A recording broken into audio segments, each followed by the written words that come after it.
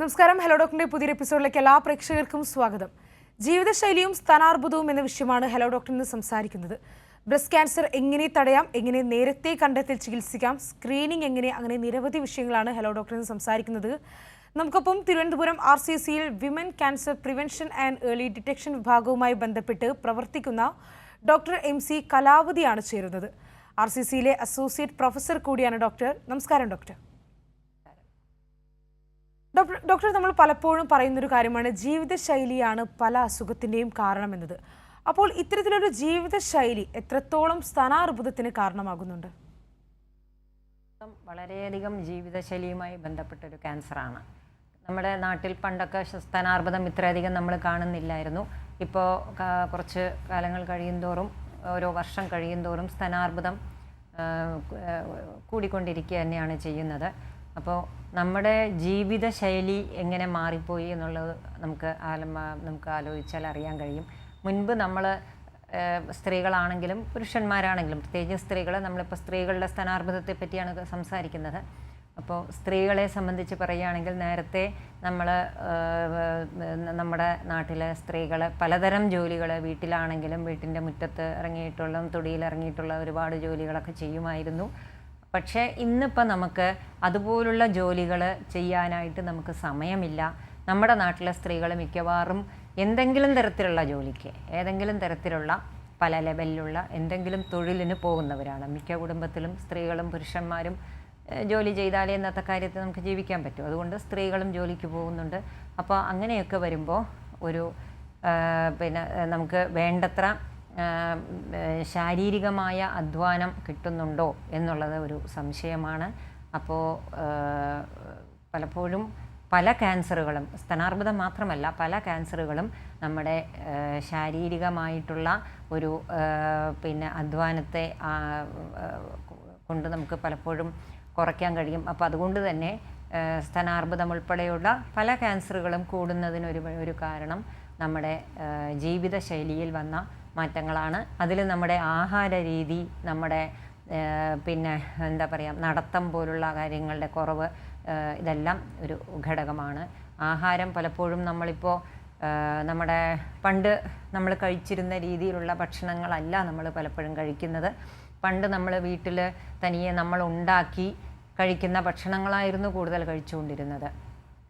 അതേ സമയത്ത് പണ്ടൊക്കെ നമ്മൾ സ്കൂൾ വിട്ട് വരുമ്പോൾ നമ്മുടെ അമ്മമാർ കൊഴുക്കട്ട, പിന്നെ അതുപോലെ പയർ വേവിച്ചത്, പിന്നെ വത്സൻ, അട, പല പേരുകളുണ്ട്, ഇങ്ങനെയുള്ള വിഭവങ്ങൾ, ഇതൊക്കെ പലതും വീട്ടിലുണ്ടാക്കി വെച്ച് അതൊക്കെ കഴിച്ച് വളർന്നവരാണ് നമ്മളും, നമ്മുടെ മുൻപിൽ ഉണ്ടായിരുന്നവരും. പക്ഷേ ഇപ്പോഴത്തെ കുട്ടികൾ മിക്കവാറും അമ്മമാർക്ക് ഇതൊന്നും വീട്ടിൽ ഉണ്ടാക്കാൻ സമയമില്ല. പലപ്പോഴും പുറത്ത് ബേക്കറികളിൽ നിന്നും കിട്ടുന്ന, വാങ്ങിച്ച് കഴിക്കാൻ പറ്റുന്ന പല രീതിയിലുള്ള പലഹാരങ്ങളാണ് പലപ്പോഴും കഴിക്കുന്നത്. അത് സമ്മർദ്ദത്തിൻ്റെ സാഹചര്യത്തിൻ്റെ ഒരു സമ്മർദ്ദം കൊണ്ടും മൂലം ആണ്. അപ്പോൾ അതുകൊണ്ട് ജീവിതശൈലിയിൽ ആകപ്പാടെ നമുക്ക് മാറ്റങ്ങൾ സംഭവിക്കുന്നു. അപ്പോൾ അതുകൊണ്ട് തന്നെ ജീവിതശൈലിയെ മൂലമുണ്ടാകുന്ന രോഗങ്ങൾ, ജീവിതശൈലി രോഗങ്ങൾ വർദ്ധിക്കുന്നു. അതുപോലെ തന്നെ സ്ഥാനാർബുദവും അതിനോട് ബന്ധപ്പെട്ടിരിക്കുന്നത് കൊണ്ട് അതും വർദ്ധിക്കുന്നുണ്ട്. തീർച്ചയായും ഡോക്ടർ. അതോടൊപ്പം തന്നെ ഈ ബ്രസ്റ്റ് ക്യാൻസർ നമ്മൾ പലപ്പോഴും നമുക്കിത് നേരത്തെ കണ്ടെത്താൻ പറ്റുന്ന ഒരു സാഹചര്യം കൂടിയുണ്ട്. അപ്പോൾ അതെങ്ങനെയാണ് നമ്മൾ നേരത്തെ കണ്ടെത്താൻ സാധിക്കുന്നത്? അതോടൊപ്പം തന്നെ സ്ത്രീകൾ പൊതുവെ ശ്രദ്ധിക്കേണ്ട കാര്യങ്ങൾ എന്തൊക്കെയാണ്? ഇപ്പോൾ ഡോക്ടർ തന്നെ പറഞ്ഞു, ഇപ്പോൾ ഭക്ഷണ കാര്യങ്ങൾ പറഞ്ഞു, ജീവിതശൈലി പറഞ്ഞു, തികച്ചും ഇപ്പോൾ വസ്ത്രത്തിൻ്റെ കാര്യങ്ങളിൽ പോലും പലപ്പോഴും ഇറുകിയ വസ്ത്രം ധരിക്കുന്നതും ഇതൊക്കെ പല തവണകളായിട്ട് ഇത്തരത്തിൽ ബ്രസ്റ്റ് ക്യാൻസറിനൊരു കാരണമാകുന്നു എന്ന് പറഞ്ഞു കേട്ടിട്ടുണ്ട്. അപ്പോൾ അതിൻ്റെ സത്യാവസ്ഥ എങ്ങനെയൊക്കെയാണ്?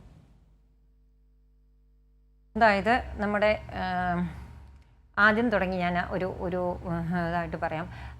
ആദ്യം നമ്മൾ ഏത് ക്യാൻസറിനെ പറ്റി പറയുമ്പോഴും അതിൻ്റെ കാരണങ്ങൾ എന്തൊക്കെയാണ് എന്നിങ്ങനെ പറയാറുണ്ട്. ഈ സ്ഥാനാർബുദത്തിൻ്റെ കാരണങ്ങളെന്ന് പറഞ്ഞാൽ നമുക്ക്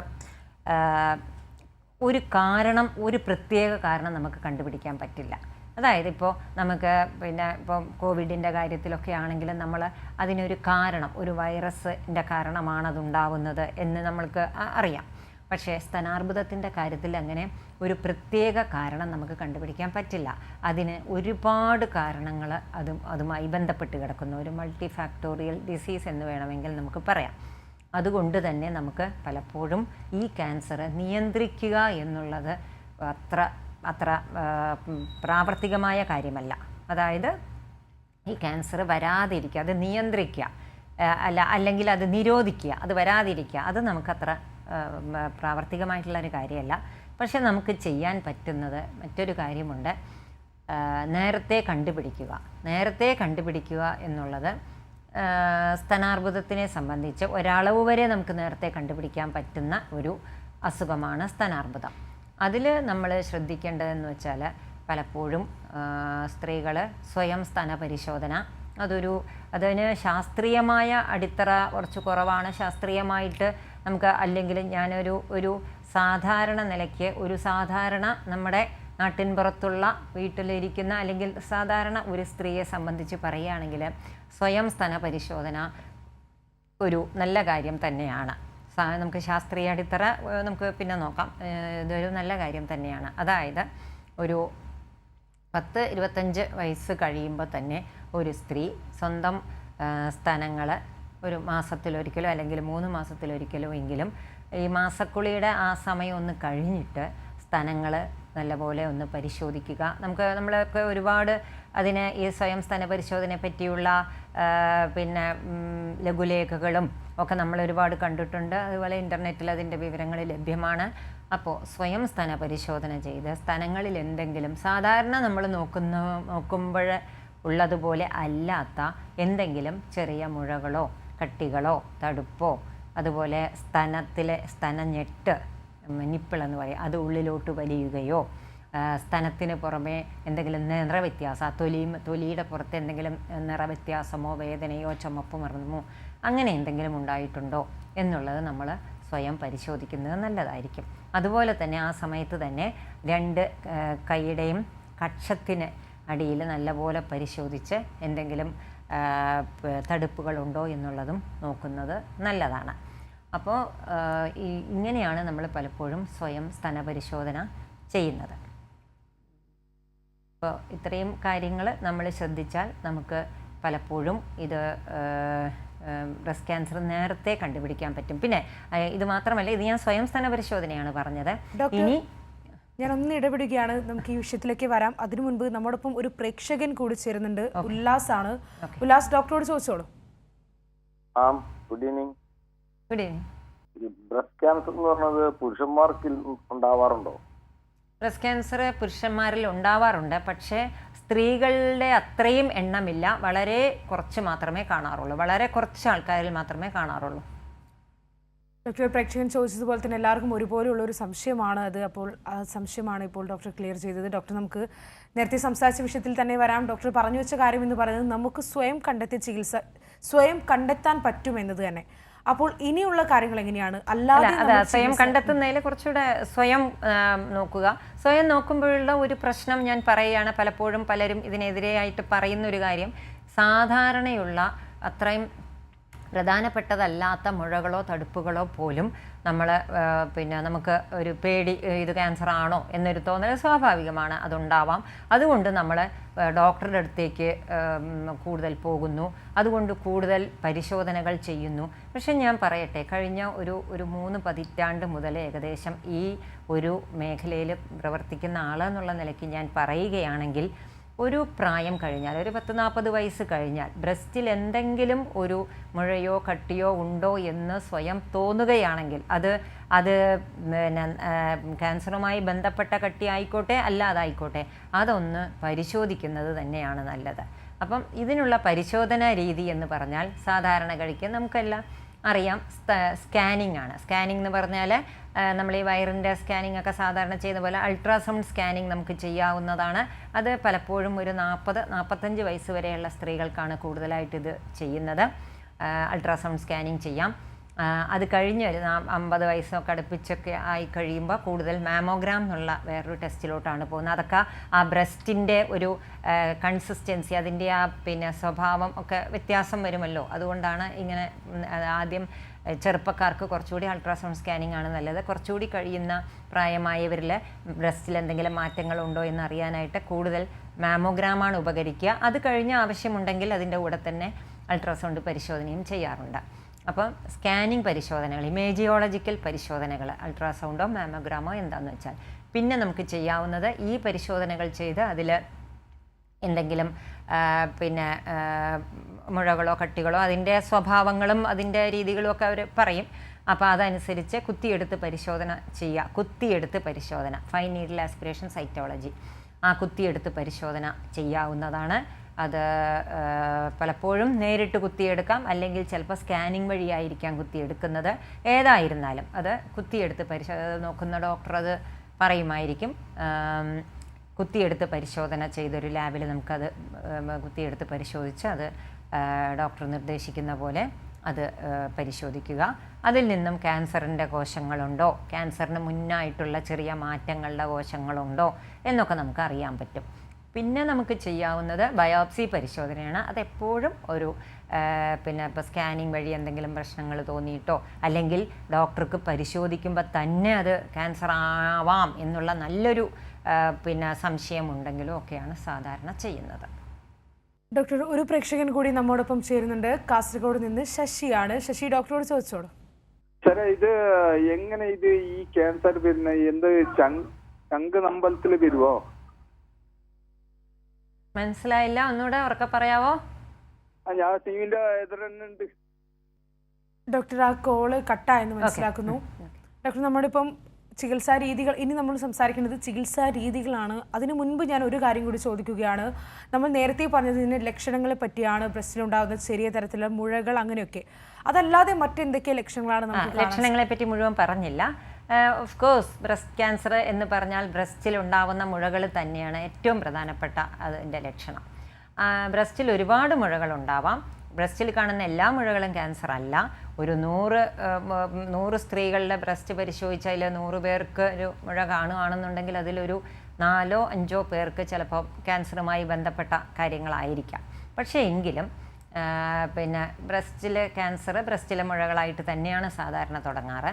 പിന്നെ പലപ്പോഴും വേദനയില്ലാത്ത മുഴ എന്നൊക്കെ പറയും, പക്ഷേ ചിലപ്പോൾ അതിൽ വേദന ഉണ്ടായെന്ന് വരാം ചില കേസുകളിൽ. എന്തായാലും ബ്രസ്റ്റിലെ മുഴകളാണ്. പിന്നെ അതുപോലെ തന്നെ കക്ഷത്തുള്ള മുഴകൾ, ബ്രസ്റ്റിൽ മുഴ ഉണ്ടായി, അതായത് ക്യാൻസർ ഉണ്ടായിട്ട് കക്ഷത്തിലെ ലിംഫ് ഗ്രന്ഥികളിലേക്ക് അത് വ്യാപിക്കുന്നതാണ്. ചിലപ്പോൾ ബ്രസ്റ്റിൽ നമുക്കൊന്നും കിട്ടിയെന്ന് വരില്ല, കക്ഷത്ത് മാത്രം മുഴ തോന്നും. പിന്നീട് പരിശോധനകളിലെ ബ്രസ്റ്റിനകത്ത് മുഴയുള്ളത് അറിയാൻ പറ്റുള്ളൂ. പിന്നെ നമ്മുടെ മുലക്കണ്ണ് ഉള്ളിലോട്ട് വലിയുക, അതായത് ഒരു പ്രത്യേകിച്ചൊരു ചിലർക്ക് ആദ്യം മുതലേ മുലക്കണ്ണ് ഉള്ളിലോട്ട് വലിഞ്ഞ് തന്നെ ഇരിക്കും, പ്രസവ സമയത്തും ഒക്കെ അങ്ങനെ ആയിരിക്കും. അതല്ലാതെ ആ സമയത്തൊന്നും പ്രശ്നമില്ല.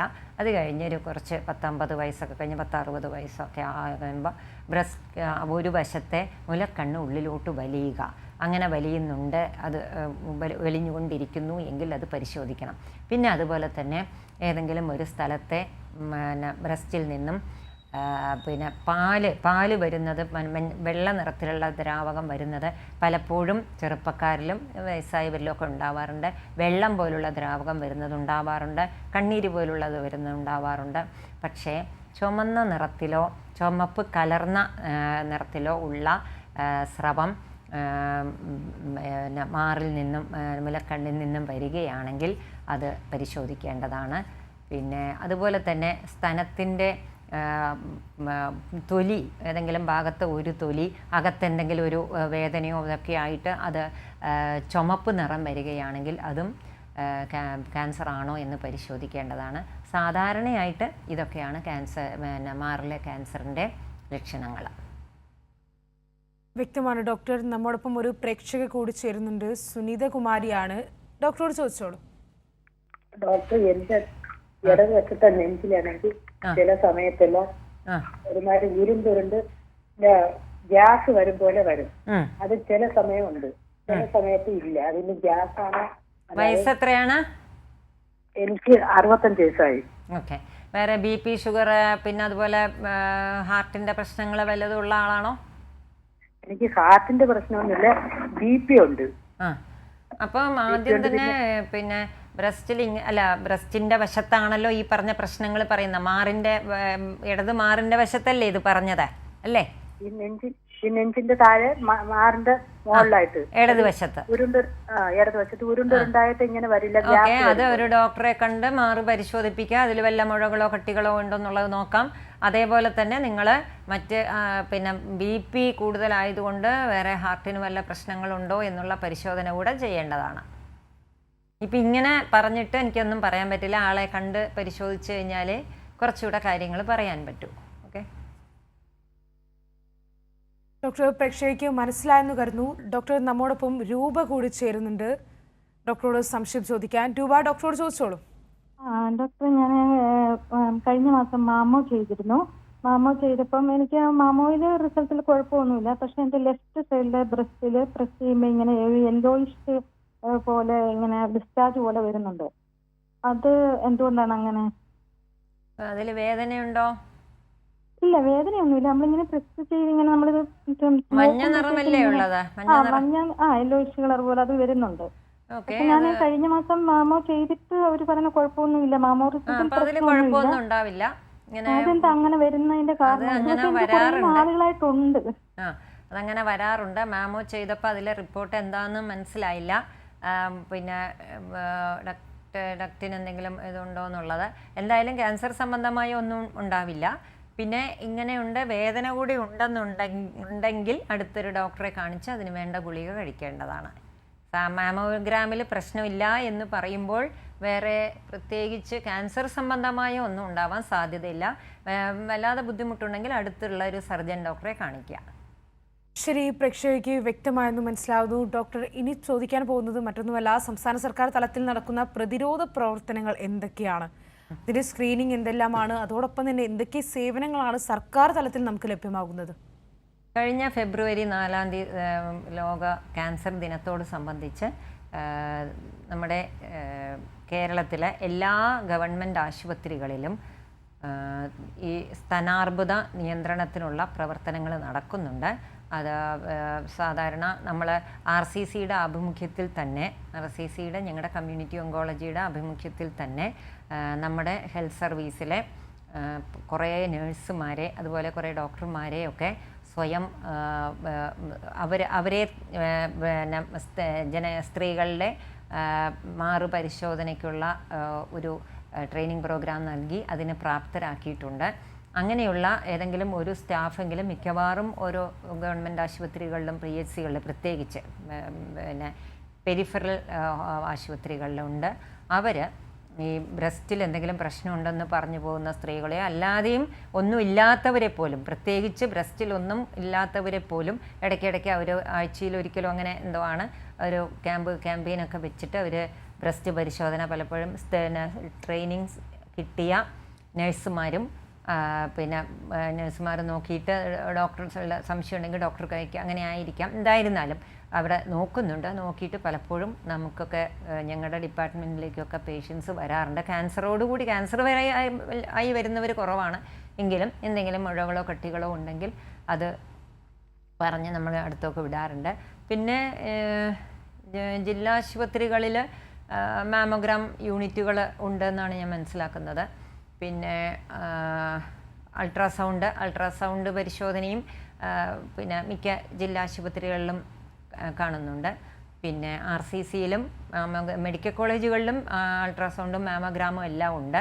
അവിടങ്ങളിലും ഒക്കെ പരിശോധിച്ച് ഉള്ള ആൾക്കാർ പേപ്പറുകൾ കൊണ്ട് വരുന്ന കാണുന്നുണ്ട്.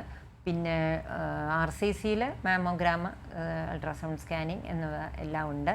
പക്ഷേ എല്ലാവരും കൂടെ RCCയിൽ വന്നാൽ അവിടെ പിന്നെ സ്കാനിങ് ചെയ്യാനായിട്ടത് പ്രായോഗികമായ ബുദ്ധിമുട്ടുണ്ടാവുമല്ലോ. അപ്പോൾ സാധാരണ ഇപ്പോൾ കുറേ പെരിഫറികളിൽ ബാക്കി മറ്റ് ആശുപത്രികളിൽ ഒക്കെ സ്കാൻ ചെയ്യുകയോ അൾട്രാസൗണ്ട് ചെയ്യുകയോ ഒക്കെ ചെയ്യുന്നുണ്ട്. വ്യക്തമാണ് ഡോക്ടർ. നമ്മോടൊപ്പം ഒരു പ്രേക്ഷകൻ കൂടി ഇപ്പോൾ ചേരുന്നുണ്ട്. മണക്കാട് നിന്ന് സുനിൽകുമാറാണ്. സുനിൽകുമാർ, ഡോക്ടറോട് ചോദിച്ചോളൂ. Madam good evening madam. Good afternoon മാം. മാഡം ഞാൻ ചോദിക്കുന്നത് എന്റെ മിസ്സിസിന്റെ വിഷയമാണ് മാഡം. അപ്പൊ അദ്ദേഹത്തിന് 53 വയസ്സായി. അദ്ദേഹം ഇടയ്ക്കിടയ്ക്ക് പറയുന്നുണ്ട് അദ്ദേഹത്തിന്റെ ബ്രസ്റ്റിന് വളരെ പെയിൻ ഉണ്ട്. അത് ഒരു 15 days 20 days ഇങ്ങനെ ആ ഗ്യാപ്പിലാണ് പറയുന്നത്. അത് ഇനി ഏജ് ഫാക്ട് ആണോ എന്തെങ്കിലും പ്രശ്നം ഉണ്ടായിട്ടാണോ മാഡം? അത് നീരുണ്ട് മാഡം, ഒരു വെയിറ്റ് കാണുന്നുണ്ട്. 53 വയസ്സ് ഒക്കെ ആകുമ്പോൾ ഹോർമോണൽ ഇതൊക്കെ അവരുടെ മാസക്കുളിയൊക്കെ നിന്നോ എന്നറിയില്ല. ഹോർമോണൽ ഫാക്ടേഴ്സ് കാണും. അത് നമ്മുടെ പിന്നെ ആ സമയമൊക്കെ ആർത്തവ വിരാമത്തിന് ശേഷമുള്ള ശരീരത്തിലെ ഹോർമോണുകളുടെ ഒരു പിന്നെ പ്രവർത്തനങ്ങളൊക്കെ അസന്തുലിതാവസ്ഥ ഉണ്ടാകുന്ന സമയമാണ്. അതുകൊണ്ടായിരിക്കാം. പിന്നെ അത് കൂടുതൽ നമുക്ക് പറയണമെന്നുണ്ടെങ്കിൽ അത് പരിശോധിച്ച് നോക്കിയേ പറ്റൂ. പിന്നെ സാധാരണഗതിക്ക് ഈ പ്രായത്തിലൊക്കെ ഇങ്ങനെ ആൾക്കാർ പറയാറുണ്ട്, വേദന പറയാറുണ്ട്. പിന്നെ വലതുവശത്ത് വല്ലതുമാണെങ്കിൽ കൂടുതലായിട്ട് കൈകൊണ്ട് കുറേ ജോലികൾ എന്തെങ്കിലുമൊക്കെ ചെയ്യുമ്പോൾ ഇതുപോലെ ബ്രസ്റ്റ് പെയിൻ പറയാറുണ്ട്. അത് നിങ്ങൾക്ക് വല്ലാതെ ബുദ്ധിമുട്ടുണ്ടെങ്കിൽ അടുത്ത് ആരെങ്കിലും ഒരു ഡോക്ടറെ കാണിക്കുന്നതായിരിക്കും നല്ലത്. ഓക്കെ. അപ്പം വേദന മാത്രമാണെങ്കിൽ അത് പലപ്പോഴും ഹോർമോൺ കൊണ്ടുള്ള വേദന ആയിരിക്കാം. ഒരു സ്കാനിങ് എടുത്ത് നോക്കി. എന്തായിരുന്നാലും ഈ ഇത്ര പ്രായമല്ലേ, അപ്പം അതുകൊണ്ട് ഒരു ബ്രസ്റ്റിൻ്റെ സ്കാനിങ് എടുത്ത് നോക്കുന്നത് നല്ലതാണ്. വ്യക്തമാണ് ഡോക്ടർ. അതോടൊപ്പം തന്നെ മറ്റൊരു കാര്യം ചോദിക്കാനുള്ളത്, ഇപ്പോൾ പലപ്പോഴും ബ്രസ്റ്റ് ക്യാൻസർ എന്ന് പറയുമ്പോൾ ബ്രസ്റ്റ് റിമൂവ് ചെയ്യുക എന്നൊരു ഓപ്ഷൻ മാത്രമാണ് ഉണ്ടാകുന്നത്. എന്നാൽ സാങ്കേതിക വിദ്യകളൊക്കെ തന്നെ ഇത്രയും പുരോഗമിച്ച ഒരു കാലഘട്ടത്തിൽ അതല്ലാതെ മറ്റൊരു ചികിത്സാ മാർഗം എന്താണ്? ഞാൻ ക്യാൻസർ ചികിത്സയുമായി ബന്ധപ്പെട്ട ആളല്ല, എങ്കിലും ഞാൻ അവിടെ RCCയിൽ ഇരുന്ന് കണ്ടുള്ള അനുഭവം വെച്ച് പറയുന്നതാണ്. എല്ലാ ബ്രസ്റ്റ് ക്യാൻസർ രോഗികൾക്കും ബ്രസ്റ്റ് മുഴുവനായിട്ട് എടുക്കേണ്ടി വരാറില്ല. അതുകൊണ്ടാണ് തുടക്കം മുതലേ നമ്മൾ ഈ പരിപാടിയുടെ തുടക്കം മുതലും നമ്മൾ നേരത്തെ കണ്ടുപിടിക്കുക എന്നൊരു കാര്യം ഇത്രയും പ്രധാനപ്പെട്ട ആൾക്കാരിലേക്ക് എത്തിക്കുന്നത്. എത്ര നേരത്തെ നമ്മൾ കണ്ടുപിടിക്കുന്നോ അത്രയും നല്ല രീതിയിൽ നമുക്ക് ഇത് ചികിത്സിക്കാം. ഇപ്പം ചെറിയ ഒരു തുടക്കത്തിൽ നമ്മൾ കണ്ടുപിടിച്ചാൽ പലപ്പോഴും ബ്രസ്റ്റ് മുഴുവൻ എടുക്കുന്നില്ല. ആ ഒരു ഭാഗം മാത്രമേ നമുക്ക് എടുക്കേണ്ടി വരുന്നുള്ളൂ. അപ്പോൾ അതുകൊണ്ട് പണ്ടത്തെ പോലെ ബ്രസ്റ്റ് ക്യാൻസർ ആണ് എങ്കിൽ ആ മാറ് മുഴുവൻ എടുക്കണം എന്നുള്ള ഒരു ഭീതിയുടെ ആവശ്യമില്ല. മറ്റ് പല മാർഗങ്ങളും ഉണ്ട്. നേരത്തെ കണ്ടുപിടിച്ചു കഴിഞ്ഞാൽ ബ്രസ്റ്റ് എടുക്കേണ്ടി വരുന്നൊരു സാഹചര്യം ഇപ്പോൾ കുറവാണ്. ഡോക്ടർ, ഇതാ ഒരു പ്രേക്ഷക കൂടി ചേരുന്നുണ്ട്. പാർവതിയാണ്. പാർവതി, ഡോക്ടറോട് ചോദിച്ചോളൂ. ഡോക്ടർ, എന്റെ മോൾക്ക് ഇപ്പൊ 10 വയസ്സ് കഴിഞ്ഞതേ ഉള്ളൂ. അപ്പം അവളുടെ പ്രായത്തിന്റെ ആ ഒരു വളർച്ചയുടെ ആണോന്ന് അറിയാൻ വരെ അവളുടെ വലത്തെ സൈഡിലെ ബ്രസ്റ്റില് ചെറിയൊരു കൊതുക് കടിച്ച പോലത്തെ ചെറിയൊരു തടിപ്പുണ്ട്. അവർ 2 ദിവസം കൊണ്ട് ചെറിയ വേദന പറയുന്നുണ്ട് നമ്മൾ തൊടുമ്പോഴേ. സാധാരണ ഈ 10 വയസ്സൊക്കെ ആകുമ്പോഴേ കുട്ടികളെ മെനാർക്കി, അതായത് മാസക്കുളി വരാനുള്ള ഒരു തുടക്കം ഒക്കെ ആകുമ്പോൾ പലപ്പോഴും ബ്രസ്റ്റിൽ ഇങ്ങനത്തെ ചില പ്രശ്നങ്ങൾ നേരത്തെ പറഞ്ഞ പോലെ ഹോർമോണിൻ്റെ ഒരു ഏറ്റക്കുറച്ചിൽ കൊണ്ട് കുട്ടികൾ പറയാറുണ്ട്. അത് പരിശോധിച്ച് നോക്കുക. അതിൽ പ്രത്യേകിച്ച് വെള്ളം കെട്ടി നിൽക്കുകയോ പഴുപ്പ് പോലെയൊന്നും ഇല്ലെങ്കിൽ പ്രത്യേകിച്ച് ചികിത്സയൊന്നും ആവശ്യമില്ല. അങ്ങനെയൊന്നുമില്ല, നമുക്ക് പുറമേ നോക്കിയാൽ അങ്ങനെ തടിപ്പൊന്നും നമ്മൾ തൊട്ടാൽ മാത്രമേ നമുക്കത് അറിയാൻ പറ്റൂ. അങ്ങനെ അത് സാധാരണ ഹോർമോണിൻ്റെ മാറ്റം കൊണ്ട് തന്നെ ആയിരിക്കും. വല്ലാതെ വേദനയോ നീരോ ചുമപ്പോ വല്ലതും വരികയാണെങ്കിൽ ഡോക്ടറെ കാണിക്കണം. പ്രേക്ഷകയ്ക്ക് വ്യക്തമായിരുന്നു കരുതുന്നു ഡോക്ടർ. അതോടൊപ്പം തന്നെ നമ്മൾ നേരത്തെ പറഞ്ഞു വെച്ചൊരു കാര്യമുണ്ടായിരുന്നു, പക്ഷേ നമ്മൾ അതിനെപ്പറ്റി സംസാരിച്ചില്ല. പലപ്പോഴും ഈ ഒരു വസ്ത്രധാരണം, ഇറുകിയ വസ്ത്രം ഉപയോഗിക്കുന്നതൊക്കെ ഇത്തരത്തിലൊരു അസുഖം വരാനുള്ളൊരു കാരണമാകുന്നുണ്ടോ? അത് അത്ര വലിയ ഒരു പ്രശ്നമായിട്ട് എനിക്ക് തോന്നുന്നില്ല. നമ്മുടെ മറ്റ് ഫാക്ടേഴ്സിനെ നോക്കുമ്പോൾ, അതായത് നമ്മുടെ ജീവിത രീതിയിൽ വന്ന മാറ്റവും നമ്മുടെ ഭക്ഷണ രീതിയിൽ വന്ന മാറ്റവും ഇതിനെയൊക്കെ നോക്കുമ്പോൾ ഈ പറഞ്ഞ ഒരു കാര്യം അത്രയും ഒരു പ്രാധാന്യമായിട്ട് എനിക്ക് തോന്നുന്നില്ല. പിന്നെ അപ്പം അതിനെപ്പറ്റിയുള്ള കൂടുതൽ സ്റ്റഡികൾ, പഠനങ്ങൾ അങ്ങനെ ഞാൻ കണ്ടിട്ടില്ല, അത്രയും ഞാൻ ശ്രദ്ധിച്ചിട്ടില്ല.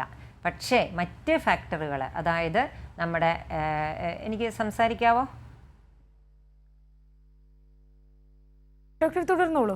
മറ്റ് ഫാക്ടറുകൾ, അതായത് ജീവിത രീതി. ഞാനിത് പറയാൻ കേരളത്തിലെ എല്ലാ സ്ത്രീകളോടും ഈ ഒരു കാര്യം, ഈ ഒരു വേറെ വലിയ ആളൊന്നും അല്ലെങ്കിൽ പോലും ഈ ഒരു മേഖലയിൽ ഒരു 10-30 വർഷത്തോളമായിട്ട് ജോലി ചെയ്യുന്ന ഒരാളാണ്. അപ്പം ഞാൻ പറയുന്നത് നമ്മൾ ഈ ബ്രസ്റ്റ് ക്യാൻസറിനെ മാത്രം ചെറുക്കാനല്ല, മറ്റ് പല ജീവിത ശൈലീ രോഗങ്ങളെയും ചെറുക്കാനായിട്ട് നമ്മുടെ സ്ത്രീകളോട് എനിക്ക് പറയാനുള്ളത്, നമ്മൾ ചലനാത്മകമാവുക.